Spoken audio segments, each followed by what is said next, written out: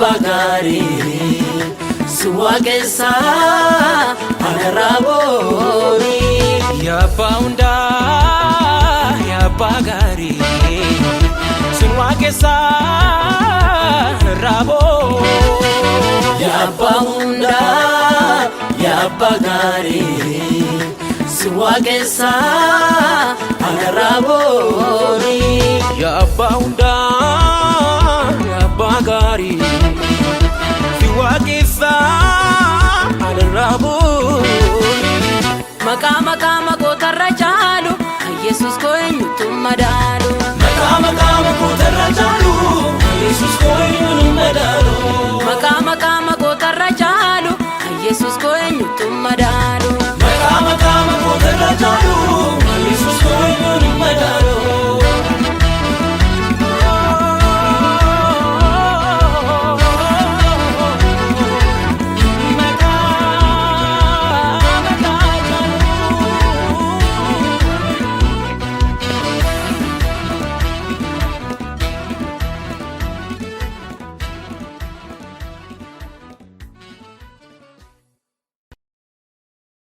yaa waaqayyoo mucummaa kooti jalqabdee ati ana barsiifteetta animmoo ammayyuu gochaa keessa dinqisiisaa nan labsaa irree kee dhaloota amma jirutti aangoo keessa dhaloota dhufu hundumaatti hamman himutti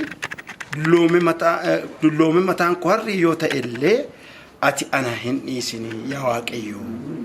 Amen. Amen. Waaqayyo mucummaa keenya jalqabee inni nu waame nu wajjin jira. Amen. Waaqayyo bara mucummaa keenyaati jalqabee nama waamu jireenya keenya keessatti nu barsiisaa adeema. Kanaaf aangoon Waaqayyoo humni Waaqayyoo aboo Waaqayyoo nu wajjiniin ta'ee bara jireenya keenya hundumaatti nu geggeesseera. Galanni Waaqayyoof haa ta'u. Kanaaf Waaqayyoon bara jireenya keenyaa keessatti waamicha isaa ulfeessinee akkuma inni nu waametti bara jireenya keenyaa hundumaa Waaqayyoof akka hojjennuuf Waaqayyo nu haa gargaara.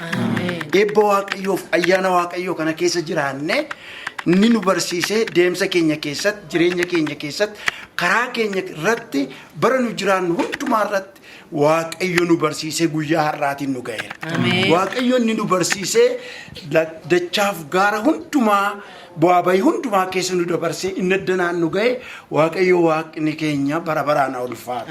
Kanaaf Waaqayyoon hin galateeffannaa isaafis hin faarfannaa isas hin tajaajillaa bara jireenya keenya hundumaa gooftaa keenyaa wajjin hin jiraanne maqaan isaa bara baraa amma bara baraatti ulfaatu.